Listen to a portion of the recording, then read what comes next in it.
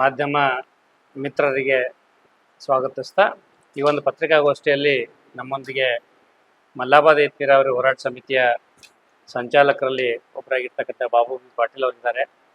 ಇನ್ನೊಬ್ಬರು ಸಂಚಾಲಕರಾಗಿರ್ತಕ್ಕಂಥ ಇಬ್ರಾಹಿಂ ಪಟೇಲ್ ಯಾಳ್ವಾರ್ ಇದ್ದಾರೆ. ಮತ್ತೊಬ್ಬರು ಸಂಚಾಲಕರಾಗಿರ್ತಕ್ಕಂಥ ರಾಜಾ ಪಟೇಲ್ ಯಾಳ್ವಾರ್ ಅವರಿದ್ದಾರೆ. ಇನ್ನೊಬ್ಬ ಸಂಚಾಲಕರಾಗಿರ್ತಕ್ಕಂಥ ಮೊಹಮ್ಮದ್ ಚೌಧರಿ ಕೊಡ್ಚಿ ಅವರಿದ್ದಾರೆ. ಜೊತೆಗೆ ಗುಲ್ಬರ್ಗ ಸ್ಥಳೀಯವಾಗಿರ್ತಕ್ಕಂಥ CPIನ ಮುಖಂಡರಾಗಿರ್ತಕ್ಕಂಥ ಸಾಜಿದ್ ಅಹಮದ್ ಅವರು ಇದ್ದಾರೆ.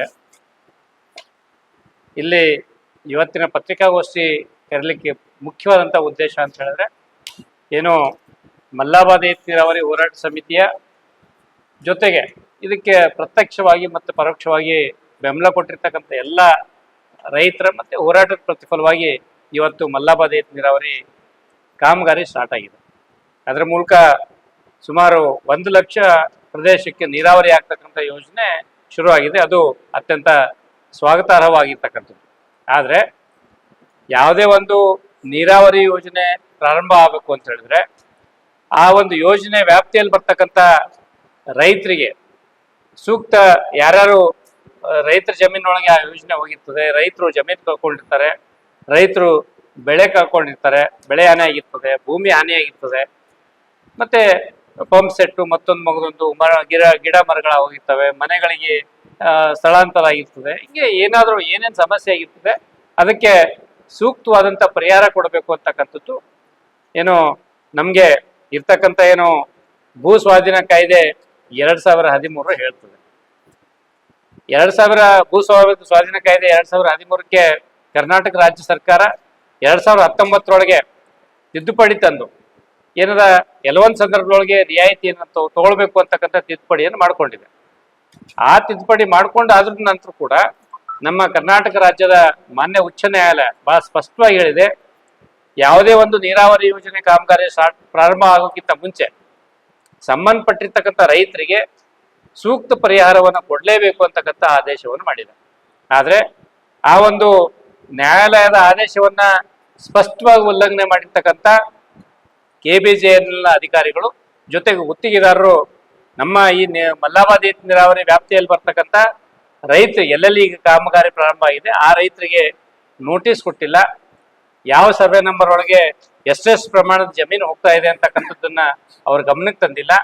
ರೈತರ ಎದುರುಗಡೆ ಅಳತೆ ಮಾಡಿ ಅವ್ರಿಗೆ ತೋರಿಸಿ ನಿಮ್ಮ ಇಷ್ಟು ಜಮೀನನ್ನು ನಾವು ಬಳಕೆ ಮಾಡ್ಕೊಳ್ತಾ ಇದೀವಿ ಯೋಜನೆಗೆ ಅಂತಕ್ಕಂಥ ಮಾಹಿತಿಯನ್ನು ಕೊಟ್ಟು ಈ ಇಷ್ಟು ಜಮೀನಿಗೆ ಇಷ್ಟು ಪರಿಹಾರ ಬರ್ತದೆ ಅಂತಕ್ಕಂಥ ಅವರಿಗೆ ಪರಿಹಾರ ಕೊಟ್ಟು ಕಾಮಗಾರಿ ಪ್ರಾರಂಭ ಮಾಡಬೇಕಾಗಿರ್ತಕ್ಕಂಥದ್ದು ಅದು ಪ್ರೊಸೀಜರ್. ಆದರೆ ನಾವು ಮಲ್ಲಾಬಾದ್ ನೀರಾವರಿ ಕಾಮಗಾರಿ ಪ್ರಾರಂಭ ಮಾಡಬೇಕು ಅಂತಕ್ಕಂಥ ಒತ್ತಾಯ ಮಾಡಿರ್ತಕ್ಕಂಥದ್ದು ರೈತರಿಗೆ ಅನ್ಯಾಯ ಆಗಬೇಕು ಅಂತಕ್ಕಂಥ ಉದ್ದೇಶದಿಂದ ಅಲ್ಲ, ಕಾಮಗಾರಿ ಸಫಲ ಆಗಿ ರೈತರ ಹೊಲಗಳಿಗೆ ನೀರು ಹೋಗ್ಬೇಕು ಅಂತಕ್ಕಂಥ ಉದ್ದೇಶದಿಂದ. ಆದರೆ ನಮ್ಮ ಒತ್ತಡಕ್ಕೆ ಏನದ ಕಾಮಗಾರಿ ಪ್ರಾರಂಭ ಆಗಿದೆ, ಆದರೆ ಆ ಪ್ರೊಸೀಜರ್ ಫಾಲೋ ಮಾಡ್ಬೇಕಲ್ಲ. ಅವ್ರು ಯಾವುದೇ ಪ್ರೊಸೀಜರ್ ಫಾಲೋ ಮಾಡ್ದೇನೆ ಏನು ಗುತ್ತಿಗೆದಾರರು ಏಕಾಏಕಿ ರೈತರಿಗೆ ಯಾವುದೇ ನೋಟಿಸ್ ಕೊಡ್ದೇನೆ ರೈತರ ಹೊಲದಲ್ಲಿ ಬಂದು ಆ ರೈತರ ಜಮೀನಿಗೆ ಅರ್ತ್ ವರ್ಕ್ ಮಾಡ್ತಾ ಇದ್ದಾರೆ.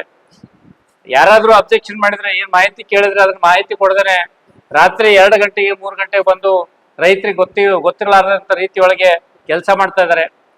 ಇದು ಏನದ ಬಹಳ ಸ್ಪಷ್ಟವಾಗಿ ನಾವು ಆ ಭಾಗದ ನೀರಾವರಿ ಯೋಜನೆ ಆಗ್ಬೇಕು ಅಂತಕ್ಕಂಥ ಕಾರಣಕ್ಕೆ ಎಲ್ಲ ರೈತರು ಏನದ ಅದನ್ನ ಸಹಿಸ್ಕೊಂಡ್ರೆ ಅದರ ದುರುಪಯೋಗ ಪಡಿಸ್ಕೊಂಡು ಅಧಿಕಾರಿಗಳು ಮತ್ತೆ ಗುತ್ತಿಗೆದಾರರು ಬೇಕಾಬಿಟ್ಟಿಯಾಗಿ ನಡ್ಕೊಳ್ತಾ ಇದ್ದಾರೆ. ಇದು ಸಹಿಸ್ಲಿಕ್ಕೆ ಸಾಧ್ಯ ಇಲ್ಲ.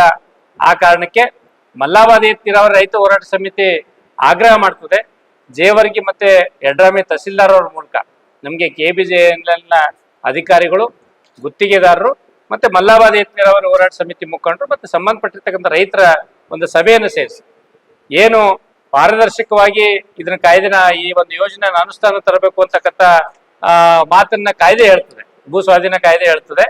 ಆ ಕಾಯ್ದೆ ಪ್ರಕಾರ ನೀವು ಪಾರದರ್ಶಕವಾಗಿ ನೀವು ನಡ್ಕೊಳ್ಬೇಕು.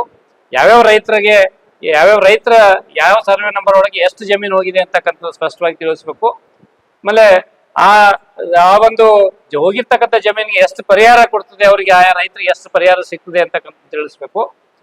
ಜೊತೆಗೆ ಬೆಳೆ ಪರಿಹಾರ ಇರ್ತದೆ, ಏನು ನಮ್ಮ ಈ ಭೂ ಸ್ವಾಧೀನ ಕಾಯ್ದೆ 2013 ಮತ್ತೆ ಕರ್ನಾಟಕ ರಾಜ್ಯ ಸರ್ಕಾರ ತಂದಿರ್ತಕ್ಕಂಥ ತಿದ್ದುಪಡಿ 2019 ಏನ್ ಹೇಳ್ತದೆ ಅಂತ ಹೇಳಿದ್ರೆ, ಯಾವುದೇ ಒಂದು ಸ್ವಾಧೀನಪಡಿಸ್ಕೊಳ್ಳೋಕ್ಕಿಂತ ಮುಂಚೆ ಸ್ಪಷ್ಟವಾಗಿರ್ತಕ್ಕಂಥ ಈ 9-10 ಅಂಶಗಳನ್ನು ಪಾಲನೆ ಮಾಡಲೇಬೇಕು ಅಂತಕ್ಕಂಥ ಹೇಳ್ತದೆ. ಅದರೊಳಗೆ ಸಾಮಾಜಿಕ ಪರಿಣಾಮದ ಅಧ್ಯಯನ ಮಾಡಬೇಕು ಮೊದಲನೇದಾಗಿ. ಆ ಅಧ್ಯಯನ ಮಾಡೋದ್ರ ಮೂಲಕ ಎಷ್ಟು ಜನ ರೈತರು ಈ ಒಂದು ಯೋಜನೆಯಿಂದ ಬಾಧಿತರಾಗ್ತಾರೆ, ಎಷ್ಟು ಜಮೀನನ್ನ ಕಳ್ಕೋತಾರೆ, ಇಡೀ ಆ ಜಮೀನೊಳಗಿರ್ತಕ್ಕಂಥ ಮುಂದಿನ ಕೃಷಿ ಮೇಲೆ ಯಾವ ರೀತಿ ಪರಿಣಾಮ ಬೀರ್ತದೆ ಅಂತಕ್ಕಂಥ ಒಂದು ಅಧ್ಯಯನವನ್ನ ಮಾಡಬೇಕು. ಜೊತೆಗೆ ಸಾರ್ವಜನಿಕ ಅಭಿಪ್ರಾಯವನ್ನ ಕೇಳಲಿಕ್ಕೆ ಗ್ರಾಮ ಸಭೆಗಳನ್ನ, ವಾರ್ಡ್ ಸಭೆಗಳನ್ನ, ಮತ್ತೆ ಆ ಸಂಬಂಧಪಟ್ಟಿರ್ತಕ್ಕಂಥ ರೈತರ ಸಭೆಗಳನ್ನ ಮಾಡಬೇಕು. ಅವ್ರದ್ದೇನಾದ್ರೂ ಆಕ್ಷೇಪಣೆಗಳಿತ್ತು ಅಂದ್ರೆ ಅದಕ್ಕೆ ಕೇಳಬೇಕು, ಸೂಕ್ತವಾದಂತಹ ಅದಕ್ಕೆ ಪರಿಹಾರ ಕೊಡಬೇಕು. ಆಮೇಲೆ ಪರಿಹಾರ ಕೊಡಬೇಕು ಅಂತ ಹೇಳಿದ್ರೆ ಮಾರುಕಟ್ಟೆ ದರದೊಳಗೆ ಆ ಪರಿಹಾರವನ್ನು ಒದಗಿಸಬೇಕು ಅಂತಕ್ಕಂಥದ್ದು. ಬರೇ ಪರಿಹಾರ ಅಲ್ಲ, ಯಾವುದೇ ಕಾರಣಕ್ಕೆ ಅವರು ಪರ್ಮನೆಂಟ್ ಆಗಿ ಭೂಮಿ ಕಳ್ಕೊಳ್ತಿರೋ ಕಾರಣಕ್ಕೆ ನಷ್ಟ ಭರ್ತಿ ಪರಿಹಾರನೂ ಕೂಡ ಕೊಡಬೇಕು ಅಂತಕ್ಕಂಥದ್ದು. ಒಂದು ನಷ್ಟ ಭರ್ತಿ ಪರಿಹಾರ ಅಂತ ಹೇಳಿದ್ರೆ 2-4 ಪಟ್ಟು ನಷ್ಟ ಭರ್ತಿ ಪರಿಹಾರ ಕೊಡಬೇಕು ಅಂತಕ್ಕಂಥದ್ದು ಆ ಕಾನೂನು ಹೇಳ್ತದೆ. ಅದ್ರ ಜೊತೆಗೆ ಬೆಳೆ ಪರಿಹಾರನ ಕೊಡಬೇಕು ಅಂತ. ಬೆಳೆ ಪರಿಹಾರ ಅಂತ ಹೇಳಿದ್ರೆ ನಾವು ಬೇಸಿಗೆದಲ್ಲಿ ಕೆಲಸ ಸ್ಟಾರ್ಟ್ ಮಾಡಿದ್ವಿ ಅಂತಕ್ಕಂಥದ್ದಲ್ಲ. ಈಗ ಕೆಲಸ ಸ್ಟಾರ್ಟ್ ಮಾಡಿದ್ರೆ ಮುಗಿಯೋವರೆಗೂ ಎಷ್ಟು ಬೆಳೆ ಹೋಗ್ತದೆ, 1 ವರ್ಷ, 2 ವರ್ಷ, 3 ವರ್ಷ ಆ ಕಾಮಗಾರಿ ಮುಗಿಯೋವರೆಗೂ ಎಷ್ಟು ಬೆಳೆ ಹೋಗ್ತದೆ, ಅದು ಮುಂಗಾರು ಆಗಿರ್ಬೋದು, ಹಿಂಗಾರು ಆಗಿರ್ಬೋದು, ಬೇಸಿಗೆ ಬೆಳೆ ಆಗಿರ್ಬೋದು, ಆ ಎಷ್ಟು ಬೆಳೆ ಹೋಗ್ತದೆ ಅದ್ರ ನಿಟ್ಟಿನೊಳಗೆ ಆ ಪರಿಹಾರವನ್ನ ನಿಗದಿ ಮಾಡಿ ಬೆಳೆ ಪರಿಹಾರ ಕೊಡಬೇಕು ಅಂತಕ್ಕಂಥದ್ದು ಆ ಕಾನೂನು ಹೇಳ್ತದೆ. ಜೊತೆಗೆ ಬೆಳೆ ಪರಿಹಾರ ಜೊತೆಗೆ ಆ ಒಂದು ಪ್ರದೇಶದ ನೀರಾವರಿ ಯೋಜನೆಯನ್ನು ಅನುಷ್ಠಾನ ಮಾಡ್ತಕ್ಕಂಥ ಸಂದರ್ಭದೊಳಗೆ ಭೂ ಒಂದು ಸ್ವಾಧೀನ ಮಾಡ್ಕೊಳ್ತಕ್ಕಂಥ ಪ್ರದೇಶದೊಳಗೆ ಯಾವ್ದಾದ್ರು ಮರಗಳಿತ್ತು ಅಂತ ಹೇಳಿದ್ರೆ ಆ ಮರಗಳ ಉತ್ಪಾದನೆ ಆಧಾರದ ಮೇಲೆ ಮರ ಪರಿಹಾರವನ್ನ ಘೋಷಣೆ ಮಾಡ್ಬೇಕು ಅಂತಕ್ಕಂಥದ್ದು ಅದು ಹೇಳ್ತದೆ. ಅದ್ರ ಜೊತೆಗೆ ಅಲ್ಲೆಲ್ಲಾದ್ರೂ ಆ ಒಂದು ಯೋಜನೆ ವ್ಯಾಪ್ತಿಯೊಳಗೆ ಬಾವಿಗಳಿದ್ರೆ, ಬೋರ್ವೆಲ್ಗಳಿದ್ರೆ, ಪಂಪ್ ಸೆಟ್ಗಳಿದ್ರೆ, ಅಥವಾ ಏನಾದ್ರೂ ನೀರಾವರಿಗೆ ಹನಿ ನೀರಾವರಿ, ತುಂತುರು ನೀರಾವರಿ, ಈ ರೀತಿ ಯಾವ್ದಾದ್ರು ಒಂದಿಷ್ಟು ನೀರಾವರಿ ಯೋಜನೆಗಳು ಏನಾದ್ರು ಹಾಕ್ಲಿಕ್ಕೆ ಅವರು ಇನ್ವೆಸ್ಟ್ಮೆಂಟ್ ಮಾಡಿದ್ರೆ ಅದರದ್ದೊಂದು ಎಷ್ಟು ಹಾನಿ ಆಗ್ತದೆ, ಇವ್ರ ಯೋಜನೆಗೆ ಎಷ್ಟು ಹಾನಿ ಆಗ್ತದೆ ಅದನ್ನು ಕೂಡ ಅಧ್ಯಯನ ಮಾಡಿ ಸೂಕ್ತ ಪರಿಹಾರ ಕೊಡಬೇಕು ಅಂತಕ್ಕಂಥದ್ದನ್ನು ಅದು ಹೇಳ್ತದೆ. ಜೊತೆಗೆ ಒಂದು ನೀರಾವರಿ ಯೋಜನೆ ಬಂತು ಅಂತ ಹೇಳಿದ್ರೆ ಯಾವುದೇ ಒಂದು ಸರ್ವೆ ನಂಬರ್ ಒಳಗೆ ಅವ್ರ ಹೊಲದೊಳಗೆ ಮಧ್ಯದಲ್ಲಿ ಹೋತು, ಯಾವ್ದಾದ್ರು ಏನು ಮೂಲೆದಲ್ಲಿ ಹೋತು ಅಂತ ಹೇಳಿದ್ರೆ ಆ ಒಂದು ಕೃಷಿ ಜಮೀನಿಗೆ, ಕೃಷಿ ಚಟುವಟಿಕೆಗಳಿಗೆ ಮುಂದೆ ಫ್ಯೂಚರ್ ಒಳಗೆ ಲೈಫ್ ಲಾಂಗ್ ಅವ್ರಿಗೆ ತೊಂದರೆ ಆಗ್ತಾ ಇರ್ತದೆ, ಅನಾನುಕೂಲ ಆಗ್ತದೆ. ಅದಕ್ಕೆ ಆ ಅನಾನುಕೂಲವನ್ನ ಸರಿಪಡಿಸ್ಬೇಕು ಅನ್ನೋ ಕಾರಣಕ್ಕೆ ಆ ಅನಾನುಕೂಲ ಪರಿಹಾರ ಕೊಡಬೇಕು ಅಂತಕ್ಕಂಥದ್ದು ಕೂಡ ಆ ಕಾಯ್ದೆ ಹೇಳ್ತದೆ. ಈ ರೀತಿ ಮತ್ತೆ ಜೊತೆಗೆ ಪುನರ್ವಸತಿ ಮತ್ತೆ ಪುನರ್ ಅಂತಕ್ಕಂಥ ವಿಷಯಗಳು ಬರ್ತವೆ.